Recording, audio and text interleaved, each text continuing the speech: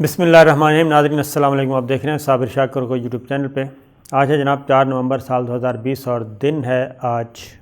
بدھ کا۔ آج آپ سے پچھلی ویڈیو میں نے آپ کو کہا تھا کہ ڈالر جو ہے وہ پاکستان میں 11 روپے تک گر چکا ہے صرف 2 مہینے کے اندر 2 ماہ کے اندر ڈالر جو ہے وہ 170 روپے سے 159 روپے پہ آ گیا ہے، 159 پہ۔ اور اب جو خبریں آ رہی ہیں وہ ذرا بڑی ہی حیران کن خبریں ہیں، اور اگین میں کہوں گا کہ خاص طور پہ جناب جو ڈالر جنہوں نے خرید کے رکھے ہوئے ہیں وہ ضرور ان خبروں پہ غور کریں، اور ڈالرز میں جنہوں نے اپنا سرمایہ محفوظ کیا ہوا ہے ان کے لیے کوئی اچھی خبریں نہیں ہیں۔ اور اس کی ریزن کیا بتائی جا رہی ہے؟ اب یہ صرف جناب ہماری کوئی اختراع نہیں ہے، ذہنی اختراع نہیں ہے، بلکہ باقاعدہ طور پہ اب خبریں آنا شروع ہو گئی ہیں، اور خبریں یہ آ رہی ہیں کہ امریکہ میں ڈونلڈ ٹرمپ جیتیں یا جو بائیڈن، یعنی ریپبلکن پارٹی کے امیدوار ڈونلڈ ٹرمپ جیتیں یا ڈیموکریٹس کے جو بائیڈن، شکست کس کی ہوگی؟ شکست ہوگی ڈالر کی، اور ڈالر جو ہے وہ مستقبل میں بھی ڈالر کو مار پڑنے والی، اور ڈالر بے قدرہ ہونے والا ہے۔ بین الاقوامی مارکیٹ میں ڈالر بے قدرہ ہونے والا ہے، اور اس کی باقاعدہ طور پہ ریزن دی گئی ہے، اور یہ تجزیہ جو ہے وہ کسی صحافی کا نہیں ہے، یہ ماہرین معیشت کہہ رہے ہیں، اور یہ سرمایہ کار کہہ رہے ہیں، اور جو تجزیہ کار ہیں، جو معیشت کو سمجھتے ہیں، اکانومی کو سمجھتے ہیں، اور انٹرنیشنل مارکیٹ کو سمجھتے ہیں، وہ یہ کہہ رہے ہیں کہ انتخابات میں وہ کہہ رہے ہیں کہ ڈونلڈ ٹرمپ کی فتح ہو یا جو بائیڈن کی، لیکن ایک عرصے تک، طویل عرصے تک جو مندی کا شکار ہے ڈالر، یہ رجحان جاری رہے گا، اور اس بات کا امکان بہت کم ہے کہ ڈالر جو ہے وہ سٹیبل ہو سکے ایک کافی عرصے تک، بلکہ اس کی جگہ پہ دوسری جو غیر ملکی کرنسیز ہیں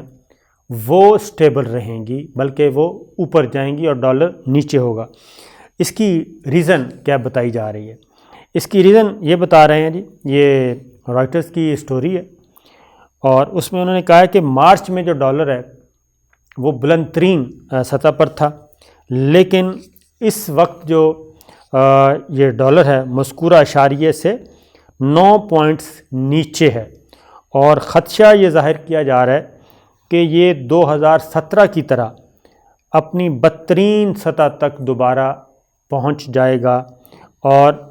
ماہرین کے مطابق یہ آئندہ کئی سال تک ڈالر کی سطح نیچے رہے گی۔ اور اس کے بعد وہ ساری چیزوں کو ایک طویل تجزیہ جناب اس میں، اور تجزیے کی روشنی میں اعداد و شمار دیکھنے کے بعد وہ کہتے ہیں کہ مارکیٹ میں وہ کہتے ہیں کہ موجود اکثر ماہرین اور سرمایہ کار جو ہیں وہ یہ کہہ رہے ہیں کہ انتخابات کے لیے فیورٹ قرار دیے جا رہے ہیں ڈیموکریٹک امیدوار جو بائیڈن، اور انہی کو کہا جا رہا ہے، اور یہ کہا جا رہا ہے کہ وہ اگر جو بائیڈن کی فتح ہو بھی گئی لیکن کرنسی پھر بھی ڈالر کی جو ہے وہ کمزور ہوگی، کیونکہ وہ ممکنہ طور پر ایسی پالیسیاں متعارف کروائیں گے جس سے ڈالر پہ منفی اثرات مرتب ہوں گے۔ ابھی تک موسٹ فیورٹ چونکہ جا رہے ہیں جو بائیڈن، تو ان کا خیال ہے کہ جو بائیڈن کی جو پالیسیز آئیں گی وہ ایسی ہوں گی کہ اس کے بعد ڈالر پہ منفی اثر پڑے گا۔ اور اسی طریقے سے کچھ جو ماہرین ہیں وہ یہ بھی کہتے ہیں کہ جناب ڈونلڈ ٹرمپ جو ہیں وہ مزید اگر 4 سال اقتدار میں رہتے ہیں تو ڈالر کے لیے صحیح اور واضح سمت کا تعین وہ بھی نہیں کر سکیں گے، کیونکہ ان کی جو چین مخالف حکمت عملی ہے اس سے شاید ڈالر سٹیبل ہو، لیکن اگر ان کے پچھلے 4 سال دیکھیں اور جب ان کا ٹینیور ختم ہو رہا ہے تو ڈالر نیچے آیا ہے اوپر جانے کے بجائے۔ تو اسی طریقے سے وہ رائٹرز کہتے ہیں جی رائٹرز کی سٹوری کے مطابق کہ رائٹرز نے ایک پول کروایا اور سروے کروایا. سروے کے مطابق جو رزلٹ نکلا وہ ہے کہ ایک سال میں ڈالر کے مقابلے میں یورو جو ہے وہ 1.21 اوپر جانے کا امکان ہے. یورو کرنسی جو یورپ کی ہے، یورپی یونین کی ہے، وہ کرنسی مزید اوپر جائے گی اور موجودہ مارکیٹ کی سطح سے 4% زیادہ رہے گی. یہ خبر میں آپ کو اس لیے دے رہا ہوں کیونکہ ہمارے ہاں بھی پاکستان میں بھی بزنس کمیونٹی تو ہے ہی ہے، لیکن ہمارے ہاں بہت سے لوگ جو ہیں وہ جو پیسہ محفوظ کرتے ہیں، جن کے پاس کوئی کاروبار نہیں ہے، وہ کیا کرتے ہیں جی، وہ یا تو سونا لے لیتے ہیں یا پھر ڈالر لے کے رکھ لیتے ہیں کہ وہ آہستہ آہستہ ایک تو محفوظ رہتا ہے اور اس کی قیمت بھی بڑھتی جاتی ہے، اور ایک سال کے بعد اس کو 15-20% وہ جو اچانک ڈالر کو جمپ لگتا ہے اس سے فائدہ ہوتا ہے. کیونکہ جب گورنمنٹ آئی تھی وزیر اعظم عمران خان کی، اس وقت تھا ڈالر تقریباً 100 کچھ روپے اور 110 سے نیچے تھا، لیکن اس کے بعد سے لے کے 160 روپے تک ہوا ہے. لیکن اب جو ہے وہ ڈالر نیچے جانا شروع ہو گیا ہے اور صرف 2 ماہ میں 11 روپے نیچے گیا ہے. تو اس لیے لیکن یہ جو سروے آ رہا ہے، اس سروے کے مطابق تو ایسے ہیں جو اشاریے اور جو تخمینے نظر آ رہے ہیں، جو پول کیا جا رہا ہے، جو سروے ہو رہے ہیں، اس کے اکارڈنگلی تو دیکھا جائے تو جناب ڈالر نیچے جائے گا کئی سال تک، اور اس کے ظاہر ہے جی اثرات پاکستان پہ بھی پڑیں گے. اور اس وقت بھی اگر آپ جائیں مارکیٹ میں ڈالر کا ریٹ کریں تو وہ ڈالر کا کاروبار بہت کم ہو رہا ہے، خرید و فروخت بہت کم ہو رہی ہے کیونکہ انسرٹینٹی پائی جاتی ہے. اسی طریقے سے جناب ایک اور وجہ بتائی گئی ہے کہ دیگر ترقی یافتہ ممالک کے مقابلے میں جی زیادہ شرح سود کی وجہ سے ڈالر کو مدد ملتی تھی، لیکن اب چونکہ یہ معاملہ منفی اشاریے کی طرف جا رہا ہے، اس لیے اور اس سال جو ہے فیڈرل ریزرو شیلڈ کی جانب سے جو کرونا وائرس کے معاشی اثرات سے مقابلے کرنے کے لیے اس شرح سود کو کم کر دیا گیا. جو شرح سود تھی وہ بھی کم ہوگی، وہ کم ہوئی ہے تو ساتھ ہی لوگوں کی دلچسپی بھی کم ہو گئی. ظاہر ہے لوگ تو اس طرف جاتے ہیں کہ جہاں سے زیادہ پروفٹ ملے، اور اگر پروفٹ کم مل رہا ہے، شرح سود کم ہو رہی ہے، تو انڈرسٹوڈ ہے کہ ڈالر جو ہے اس پہ اثرات مرتب منفی ہوئے ہیں. بانڈز پر منافع جی، یہ بھی ایک اہم وجہ ہے کہ افراط زر میں اضافے کی وجہ سے بانڈز پر منافع منفی ہونے کی وجہ سے بھی ڈالر کی کشش میں کمی واقع ہوئی ہے، اور لوگوں نے وہاں سے پیسہ نکال کر یا تو اسٹاک سے بھی سونے کی طرف جا رہے ہیں، گولڈ کی طرف اب لوگوں کا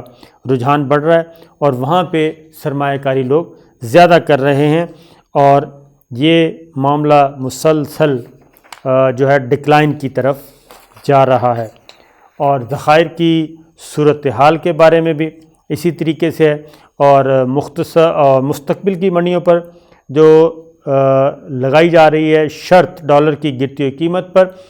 وہ بھی 26.46 ارب ڈالر کی سرمایہ کاری کی گئی، جبکہ اس کے مقابلے میں اگست میں یہ 9 سال کی بلند ترین شرح کے ساتھ 34.07 ڈالر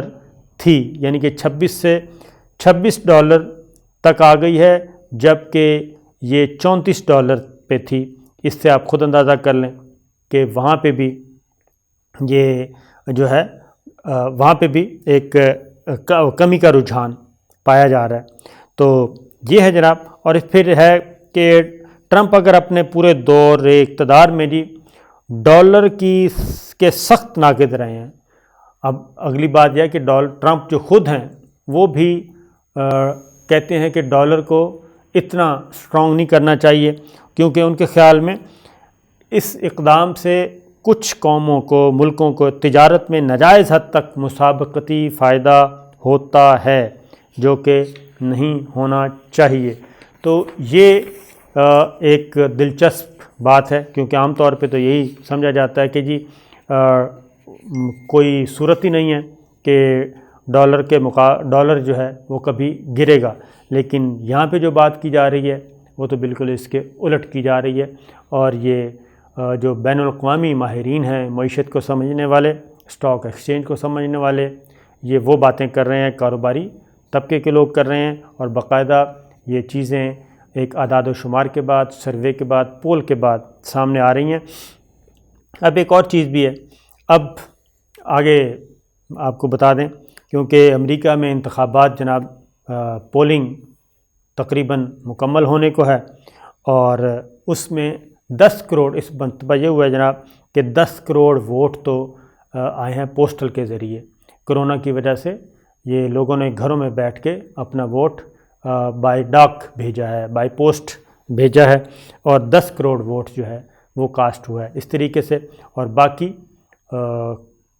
جو کل ہیں وہ سارا دن ووٹ کاسٹ ہوتا رہا جیسے کہ عام پولنگ ہوتی ہے۔ لیکن یہاں پہ دونوں اس وقت بڑا دلچسپ مقابلہ جا رہا ہے، نیک ٹو نیک ہے، اور اس میں ایک طریقہ کار میں بتا دیتا ہوں کہ جو اس وقت اب تک کے سروے، اس میں جو بائیڈن کہتے ہیں جی پاپولر ہیں،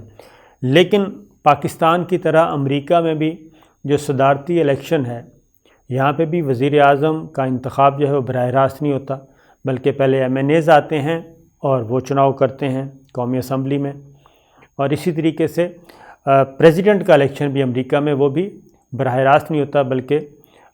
مندوبین ان کو کہتے ہیں۔ الیکٹورل کالج جو ہے وہ مختلف ریاستیں، 50 ریاستوں سے آتے ہیں جناب مندوبین، ان کا انتخاب یعنی کہ ارکان ان کا انتخاب کرتے ہیں براہ راست ووٹ کے ذریعے۔ تو الیکٹورل کالج میں 50 ریاستیں ہیں، اور وہاں پہ بھی یہی حال ہے کہ یہ ضروری نہیں ہے کہ جو سب سے زیادہ جس پارٹی کو ووٹ ملیں پریزیڈنٹ بھی اس کا ہوگا، نہیں، جس کے زیادہ مندوبین ہوں گے وہ زیادہ